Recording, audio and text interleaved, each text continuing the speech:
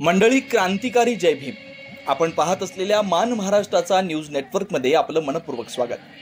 अखंड विश्वाला शांततेचा संदेश देणारे तथागत सिद्धार्थ गौतम बुद्ध व विश्वरत्न डॉक्टर बाबासाहेब आंबेडकर यांच्या संयुक्त जयंती उत्सव मान तालुक्यातील वरकुटे मलवडी येथील फुले शाहू आंबेडकर विचार मंचच्या वतीनं सोमवार दिनांक 12 रोजी वैशाख पौर्णिमेनिमित्त मोठ्या थाटामाटात डॉल्बीमुक्त पद्धतीनं साजरा करण्यात आल्यानं जिल्ह्यातून कौतुक केलं जात आहे. चला तर पाहूयात या आदर्श जयंती उत्सवाचा ग्राउंड रिपोर्ट.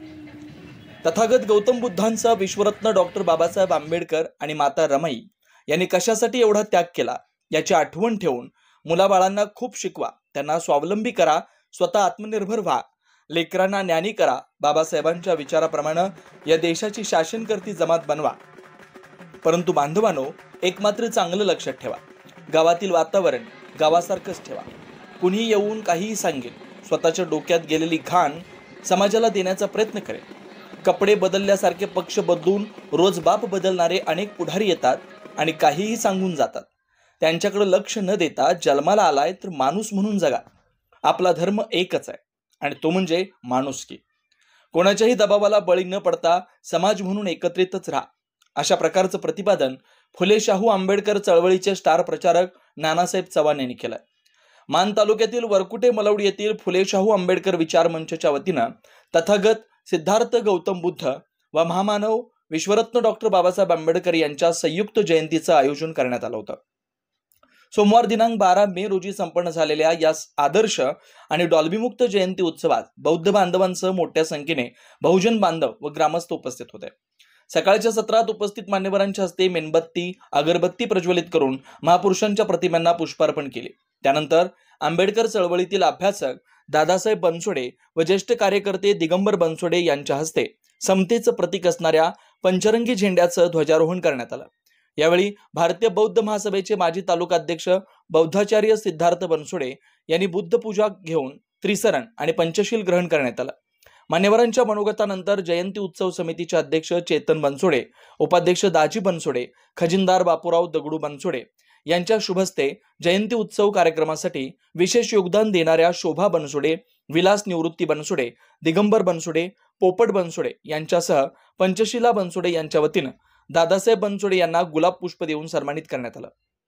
या प्रसंगी लोकनियुक्त सरपंच विलास खरात, माजी DYSP दत्तात्रय सोनवणे, माजी पोलीस उपअधीक्षक सुरेश जाधव, बनगरवाडीचे माजी सरपंच भारत अनुसे, कुकुडवाड गटाचे युवा नेते ऋषिकेश जगताप, सामाजिक कार्यकर्ते बापूराव बनगर यांच्यासह बौद्ध बांधव व महिला मोठ्या संख्येने उपस्थित होत्या. यावेळी जयंती उत्सव समितीच्या वतीनं सर्वांना अल्पहार देण्यात आला. सायंकाळी 6 वाजता शांतिदूत तथागत गौतम बुद्ध व प्रज्ञासूर्य विश्वरत्न डॉक्टर बाबासाहेब आंबेडकर यांच्या आकर्षक अशा चित्ररथाची गावातील मुख्य रस्त्यावरून हलगीच्या निनादात मिरवणूक काढण्यात आली. यामध्ये महात्मा ज्योतिबा फुले, छत्रपती शिवाजी महाराज, अहिल्याबाई होळकर, राजर्षी शाहू महाराज, क्रांतिज्योती सावित्रीबाई फुले, त्यागमूर्ती माता रमाई, आदी क्रांतिकारक उमाजी नाईक, साहित्यरत्न अण्णाभाऊ साठे यासह अनेक थोर महापुरुषांचा जय जयकार करण्यात आला. यावेळी मिरवणुकीत मोठ्या प्रमाणावर बहुजन बांधव सहभागी झाले होते. भीमनगर पासून सुरुवात झालेली मिरवणूक शांतता आणि शिस्तबद्ध पद्धतीने संपन्न झाल्यावर जिल्हा परिषद प्राथमिक शाळेसमोरील सभा मंडपात प्रबोधनकार प्रमुख वक्ते फुले शाहू आंबेडकर चळवळीचे महाराष्ट्रातील स्टार प्रचारक नानासाहेब चव्हाण यांचं सुश्राव्य प्रबोधन झालं. त्यानंतर सर्वांनी मिष्टान्न भोजनाचा आस्वाद घेतला. दरम्यान शांतता, समता आणि बंधुता मार्गावर चालत फुले शाहू आंबेडकर विचार मंचच्या समर्थकांनी वरकुटे मलवडीत पहिल्यांदाच डॉल्बीमुक्त जयंतीचा आदर्श नियोजन केल्यामुळे त्यांचं जिल्ह्यातून कौतुक होत आहे. धन्यवाद मंडळी.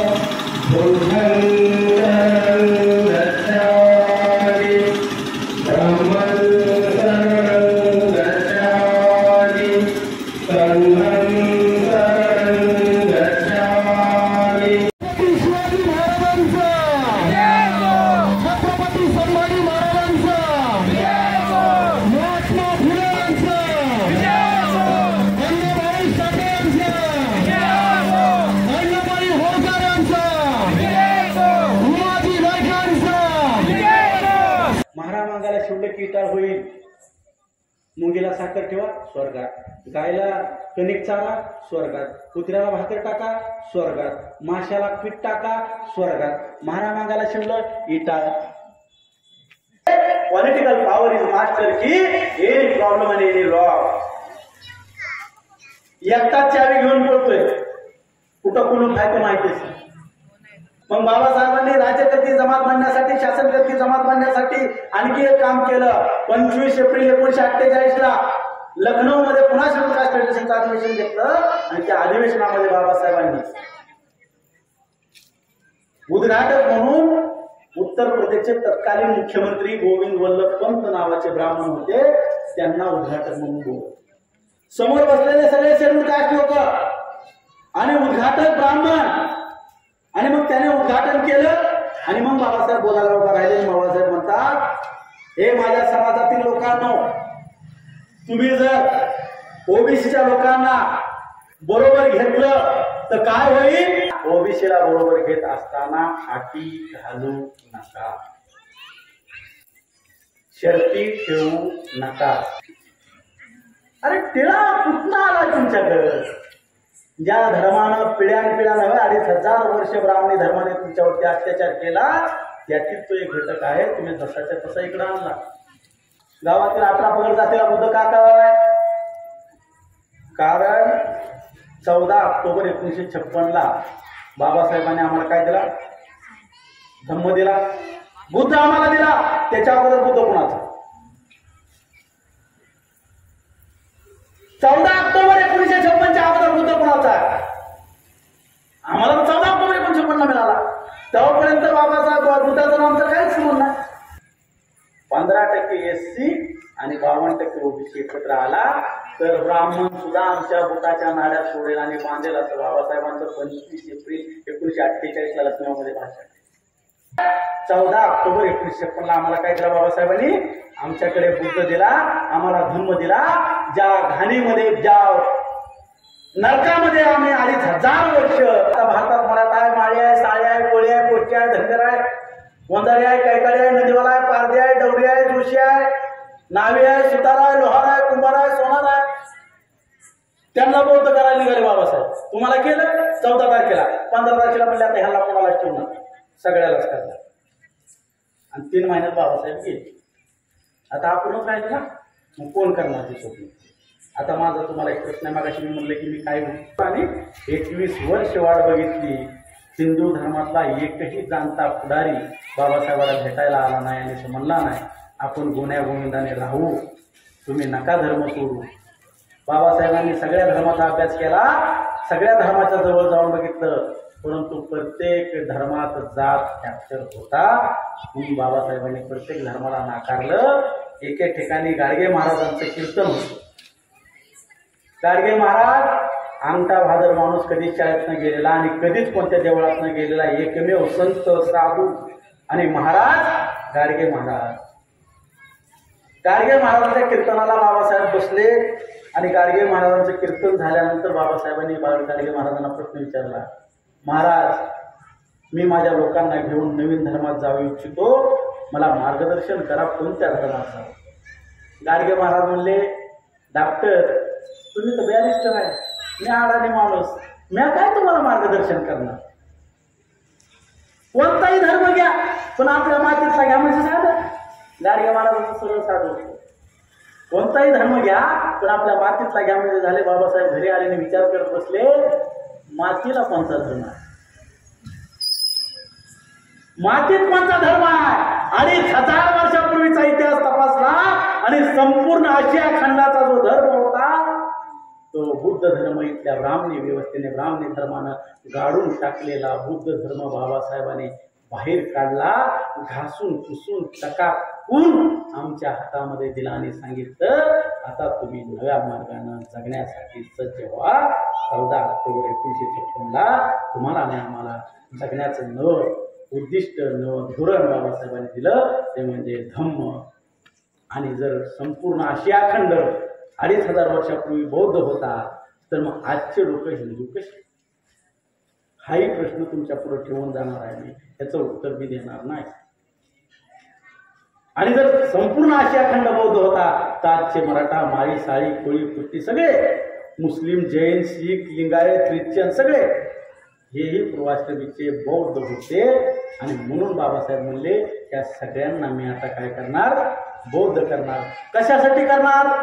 लोक डोळं झाकून नमो तस्स भगवतो अरहतो सम्मा संबुद्धस्स असं नाही मित्रांनो. बाबासाहेबांचं विजन होतं 14 ऑक्टोबरला धम्म दिला, तसं काम संपलं होतं. पण पुन्हा बाबासाहेबांनी त्या 24 सप्टेंबर 1944च्या भाषणाकडे बाबासाहेबांचं लक्ष गेलं. माझ्या समाजाला शासन कशी जमात बनवायचे, आम्ही बोलायचीच करीन, बोलाचाच भाग होईल, दरवर्षी जयंत्या करत राहू, त्यातून रिझल्ट काय होणार नाही. डॉल्बी लावणारी लोक, दारू पिऊन नाचणारी लोक यांच्याकडून परिवर्तन होत नसतं. परिवर्तन कशाला म्हणायचं? आमच्या लोकांना लय खोड आहे. आमच्या महापुरुषांना ते म्हणतात समाज सुधारक. बाबासाहेब समाज सुधारक नव्हते, फुले समाज सुधारक नव्हते, शाहू राजा समाज सुधारक नव्हते, संभाजी राजा, शिवाजी राजा, बुद्ध हे समाज सुधारक नव्हते. आणि समाज सुधारण्याचं नाटक त्यांनी कधी जिंदगीत केलं नाही. सुधारणा आणि परिवर्तन याच्यामध्ये फरक आहे. एखाद्या पोपटाचा पिंजरा असतो, पोपट तो पिंजरा घाण करतो, मालक पोपटाला बाहेर काढतो, पिंजरा साफ करतो, लख करतो, चकाचक करतो आणि पुन्हा पोपटाला त्या पिंजऱ्यात घालतो आणि त्याला सांगतो बघ आता कसं कसं वाटतंय. तो म्हणतो ते गारगार वाटतंय. ह्याला सुधारणा म्हणतात. ह्याला काय म्हणतात? सुधारणा. पण त्याच पोपटाला त्याच पिंजऱ्यातून बाहेर काढून मुक्त आकाशात सोडणे याला परिवर्तन म्हणतात. बाबासाहेब म्हणतात भिकाऱ्याला भीक देणं हे समाज सुधारण्याचं काम आहे. पण त्या भिकाऱ्याला भीक मागायची वेळच येऊ न देणं याला परिवर्तन म्हणतात. आणि आमच्या लोकांमध्ये हा मूलभूत बदल आम्हाला करायचा आहे. आमच्या लोकांच्यामध्ये हा मूलभूत बदल आम्हाला करायचा आहे. आणि आपल्या समाजालाही सांगू इच्छितो पुढची जयंती विदाऊट वर्गणीची झाली पाहिजे. पुढची जयंती विदाऊट वर्गणीची झाली पाहिजे. आम्हीच आमच्यातून तो पैसा उभा केला पाहिजे. कारण बाबासाहेब म्हणतात आमचं आंदोलन आत्मनिर्भर असलं पाहिजे, आमच्या स्वतःच्या जीवावरती असलं पाहिजे, तेव्हाच ते स्वाभिमानी होईल. आणि आमचा स्वाभिमान मात्र आम्ही घाण ठेवलाय. तर सवयीच लागली भीक मागायची. बाबासाहेबांनी मालक बनवलं संविधान लिहून. सगळे जुने कायदे रद्द केले. गळ्यामध्ये असणारं मडकं काढून टाकलं, पाठीला असणारा झाडू हातामध्ये असणारा, पायामध्ये असणारा काळा घोप काढून टाकला. माणुसकीनं जगायला शिकवलं, स्वाभिमानाने जगायला शिकवलं. आणि आमचं म्हणतंय जयंतीला वर्गणी द्या. बाबासाहेब म्हणतात माझ्या नावाचा जय जयकार करू नका. आणि जय जय करण्याचा कार्यक्रम दरवर्षी आम्ही घेतो. तेही लोकाला मागू मागू आणि वर्ण म्हणायचं लय मजबूत भीमाचा किल्ला. इटा राष्ट्रवादीच्या, दगड काँग्रेसचं, सिमेंट भाजपचं, गौंडी शिवसेनेचा आणि म्हणायचं मजबूत भीमाचा किल्ला. आणि त्यांनी इटा दगड सिमेंट महागारी नेलं, ढासाळा किल्ला. आणि मग काहीच नाही झालं की पुढे छाती बरोबर काढायचं आमच्या अन्यायच होतोय, आमच्या अन्यायच होतोय. तुम्हाला कोण जायला सांगितलं होतं? लेकरांना सांगा बाबासाहेबांचा त्याग, रमाईचा त्याग हे लेकरांना सांगा. का बाबासाहेबांनी एवढं सगळं सहन केलं, का हे केलं सगळं तुमच्यासाठी केलं, हे सगळंच्या सगळं तुम्हाला सांगता आलं पाहिजे. आणि शेवटचा मुद्दा तुमच्यासाठी पाठीमागं बसलेल्यासाठी बांधवांसाठी सांगतो. तुम्ही येऊन काही सांगेल, माझ्यासारखा येऊन दुखून जाईल, पण गावाचं वातावरण गावासारखं ठेवा. कुणी आपला दुश्मन नाही, कुणी आपला वैरी नाही. सगळ्याच्या डोक्यात जी घाण गेलेली आहे, कपडे बदलल्यासारखं पक्ष बदलणारे आणि रोज बाप बदलणारे अनेक पुढारी येतात आणि काही सांगून जातात. आपण त्याच्यावरती लक्ष ठेवायचं नाही. जन्माला आलोय माणूस म्हणून जगा. आपल्या सगळ्यांचा धर्म एकच, तो म्हणजे माणुसकी. याच धर्माला जगायचं. आणि बाबासाहेबांनी सांगितलं फर्स्ट इंडियन आणि लास्ट इंडियन, पहिल्यांदा भारतीय आणि शेवटी भारतीय. हे आपल्या डोक्यातून जाता कामा नये. राजकारण आलं, इलेक्शन आलं, 15 दिवस फटी ओढून खेळा. परंतु इलेक्शन संपल्यानंतर जे 5 वर्ष शिल्लक राहतात त्या 5 वर्षात आपण आपल्या समाजाचा, आपल्या लोकांचा, आपल्या रक्तातील लोकांचा, आपल्या गावातील जे सगळे 12 बलुतेदार, 18 अलुतेदार आणि भटकेविमुक्त सगळे जेवढे लोक आहेत हे तुमच्या रक्ताचे आहेत. 21 मे 2001ला DNA सिद्ध केलेला आहे. ब्राह्मण वगळून भारतातील सगळ्या लोकांचा DNA 99.99% जुळतो. त्यामुळं कुणाच्याही दबावाला बळी न पडता, कुणाच्याही अफवांना बळी न पडता तुम्ही गाव म्हणून एकत्र राहिलं पाहिजे, समाज म्हणून एकत्र राहिलं पाहिजे. आणि बाबासाहेब म्हणले होते, दर रविवारी विहारामध्ये या. विहारामध्ये या कशासाठी? अगरबत्ती लावण्यासाठी, मेणबत्ती लावण्यासाठी, डोळं झाकून नमोस्तुत्य भगवतावर होतं त्याच्यासाठी नाही. आपल्या समाजातील एखाद्या मुलीला काही त्रास होत असेल तर त्या त्रासातून मुक्तता करण्यासाठी, एखादा पूर्व MPC UPC करत असेल तर जयंती समितीला राहिलेला पैसा त्याच्या MPC UPC वरती खर्च करण्यासाठी. अरे एक अधिकारी झाला तर दरवर्षी जयंतीला तो पैसा देईल ना. करा. एखादा माणूस आहे त्याच्या आजारावरती खर्च करा. आणि त्या सगळ्या चर्चेत बातमी आवडल्यास लाईक करा, शेअर करा आणि हो सबस्क्राईब करायला विसरू नका. जय बुद्ध, जय भीम, जय संविधान.